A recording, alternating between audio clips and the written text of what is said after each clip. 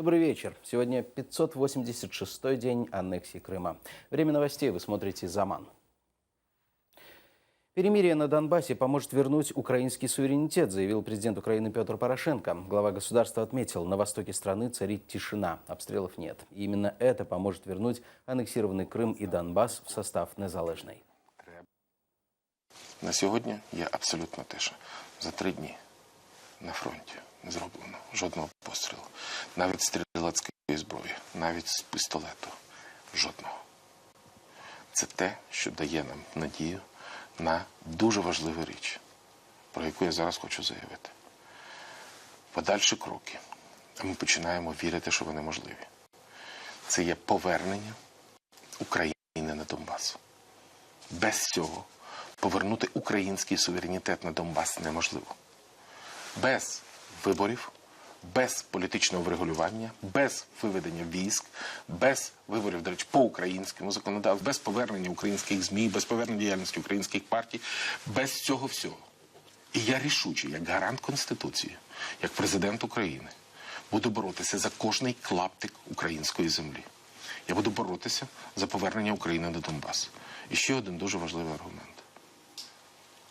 А якщо ми не збираємося повертати Донбас, як ви збираєтесь Крим повертати? І Крим – це дуже важливо. Це наступний етап наших дій. Перший Донбас, далі Крим. Киев отреагировал на заявление Меркель об Украине без Крыма. Переговоров Запада с Россией по Крыму не может быть, поскольку они стали бы нарушением устава ООН, говорят в Министерстве информполитики. В нормандском формате обсуждали исключительно прекращение войны в Донбассе, отметил член Национального совета по вопросам телевидения и радиовещания Сергей Костинский. Есть нормандский формат, который работает в формате Минских соглашений. Минские соглашения – это только урегулирование конфликта на востоке Украины. Здесь нет темы Крыма. Тема Крыма стоит отдельно. Это стратегический элемент международных отношений. Ключевым показателем того, что происходит в отношении Крыма, являются санкции. Тема Крыма никуда не исчезнет до тех пор, пока эта ситуация не будет приведена в соответствие с международными нормами права. Крым – это часть Украины, и так будет всегда. Сегодня 16-й день гражданской блокады Крыма. Последние новости с административных границ с временно аннексированным полуостровом расскажет Гульсум Халилова. В выходные дни на пропускных пунктах Каланчак и Чаплынка прошли спокойно. На Чангаре же вчера вечером водитель с украинскими номерами пытался прорваться через блокпост, проигнорировав систему пропуска на полуостров. Активисты гражданской блокады подняли железные шипы. В результате колеса Порше были пробиты. Коли він намагався на швидкості проскочити блокпост, хлопці натягнули кішку на тросі, він на неї заїхав, пробив собі колеса. Вони лаються, ображають хлопців, показують непристойні жести. Водій намагається дозвонитися до когось на горі, тобто і домовитися, щоб якось це питання вирішити. На этих номерах уже было оформлено Audi А8, на которой было совершено ДТП с летальным исходом данным гражданином, который задержан. На этих же номерах бьется еще и автомобиль «Мерседес», который уже проходил, как бы затерт с базы. Водитель автомобиля прокомментировать нам ситуацию отказался. У него оказалось 2 паспорта – российский и украинский. Активисты гражданской блокады вызвали правоохранительные органы, после чего у него взяли показания, провели обыск в машине и попросили в следственный отдел. Почему вы поехали дальше, вы не остановились, несмотря на предупреждение? Вы не будете отвечать?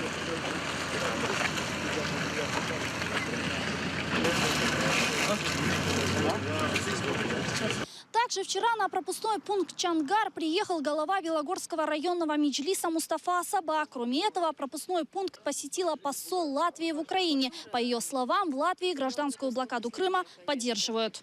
Это право коренного народа Крыма, крымских татар, привлекать внимание к темам, которые очень жгучие. Это ваша родина, это часть Украины, которая оккупирована, аннектирована Россией.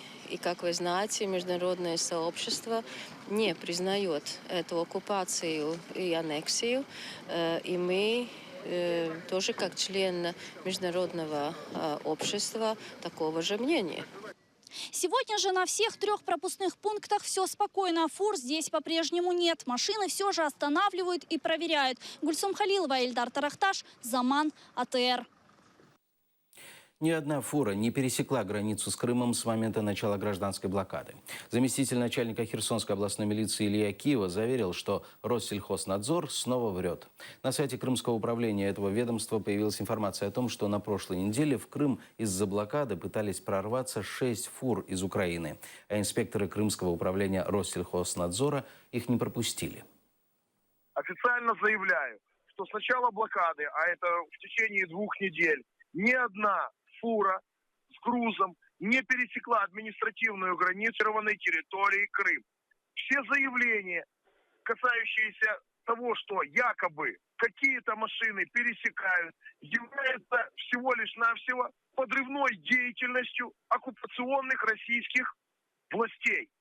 Подрыва стабильной и ровной ситуации на границе и внутри Херсонской области. Все пробы Российской Федерации сорвать данную мирную акцию закончились полным провалом. Беларусь – это не Крым. С такими лозунгами жители Минска выступили против создания российской военной базы на территории их страны. Оппозиционные политики на площади Свободы организовали акцию протеста. Митингующие призвали не ходить на избирательные участки. Поводом для акции стали переговоры Республики и России о возможном создании российской авиабазы под городом Бобруйск. Участники митинга отметили, что российская база – это первый шаг к появлению зеленых человечков, которые захватят местную власть. Я не русофоб, и никто из этих людей, которые пришли сюда, не являются русофобами. Это неправильная трактовка совершенно вопроса. Дело какого рода? Знаете, это вот предлагать дружить с военными базами, это примерно как к соседу идти дружить с ножом. Да? Открываешь с ножом дверь и говоришь: а давай мы с тобой подружим. Ну, немножко подружат, а потом кто-нибудь кого-нибудь зарежет. Беларусь не Крым. Просто белорусы просто так свою землю никогда не отдадут. Мы ее не предадим, как предали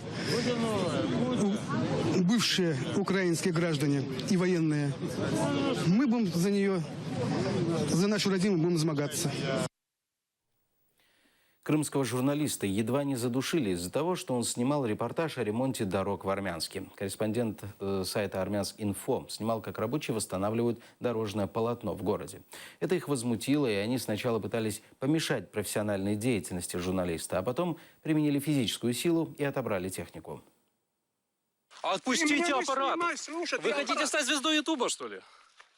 Вы кто такой вообще? Вы за что это делаете? Отойдите от меня. Вы кто такой?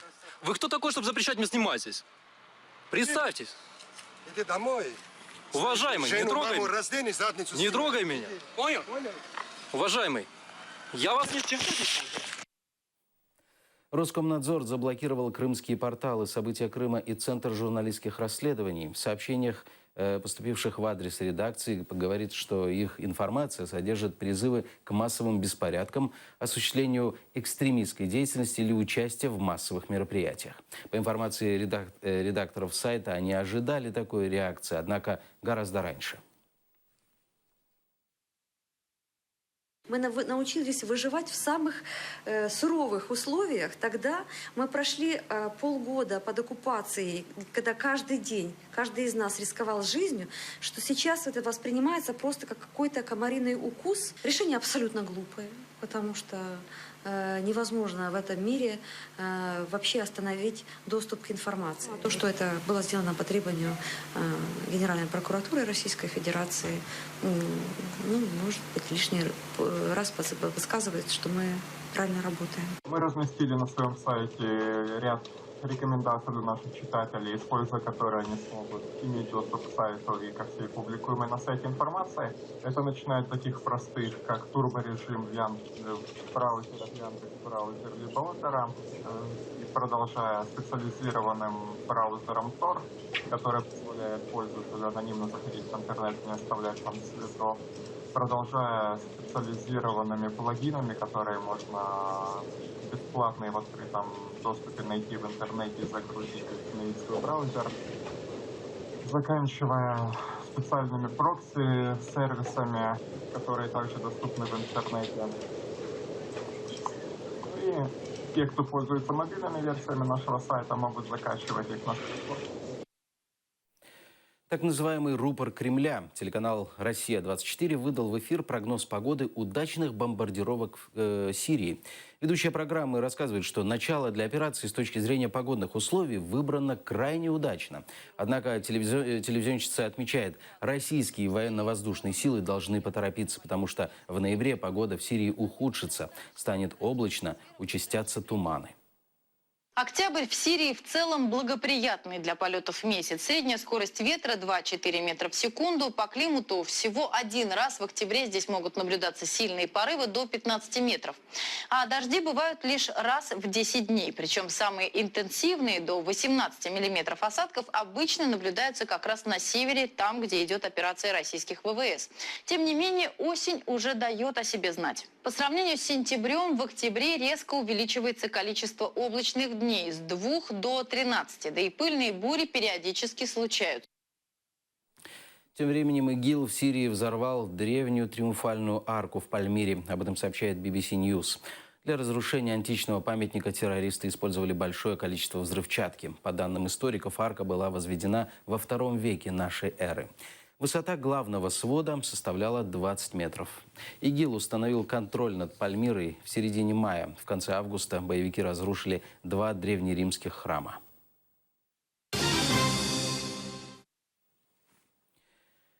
К международным новостям. В разных уголках мира бушуют стихии. Юг Китая в плену тайфуна «Радуга». По меньшей мере 9 человек погибли и более 200 ранены, сообщает Евроньюз.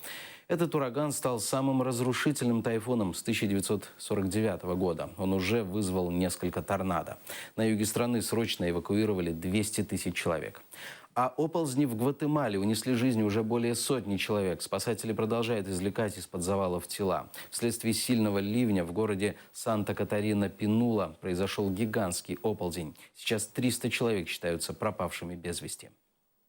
А во Франции ликвидируют последствия наводнения, унесшего 17 жизней. 27 тысяч домов остаются без света. Водой залиты вокзалы, не работают аэропорты.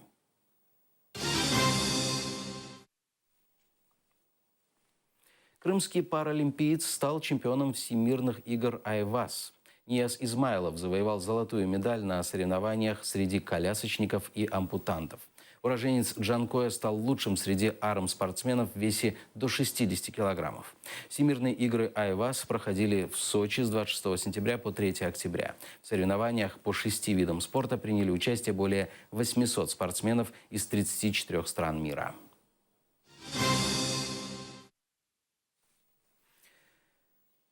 В Симферополе открылась персональная выставка известного крымско-татарского художника Асана Бараша.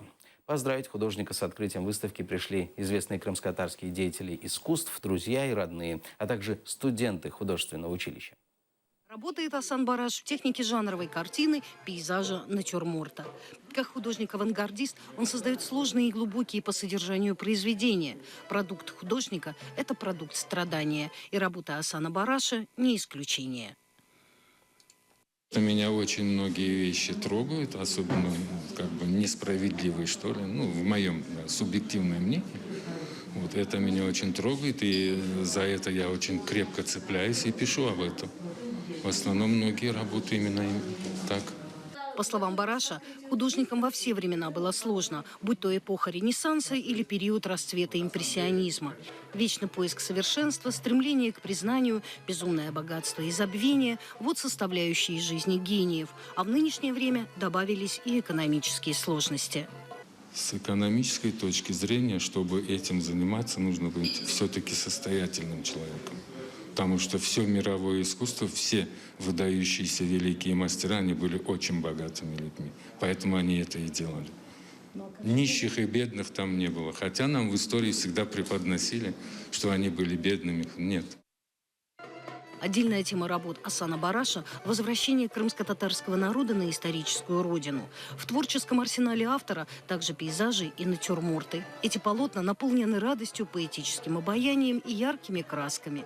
В его картинах гармонично сочетаются реалистические и фантастические образы. Картины художника выразительны, вызывают много ассоциаций, заставляют задуматься, но никого не оставляют равнодушными. В его картинах мы видим отображение жизни крымско-татарского народа, философское восприятие происходящего, исторических моментов, душевных переживаний народа. Все, что мы видим в его картинах, это и его внутренний мир, очень богатый, очень чуткий, переживательный. И слава Богу, что у нас есть такой художник. Это наше большое достояние. Зира Эмирсуин, Рустем Муртазаев, Заман, АТР. Один из дней заседания парламентской ассамблеи Совета Европы в Страсбурге завершился Днем Крыма. Мероприятие собрало более 400 человек. Европейцам представили фотовыставку об истории крымско-татарского народа, презентовали работы керамиста Рустема Скибина. Гостей угощали традиционными крымско-татарскими блюдами.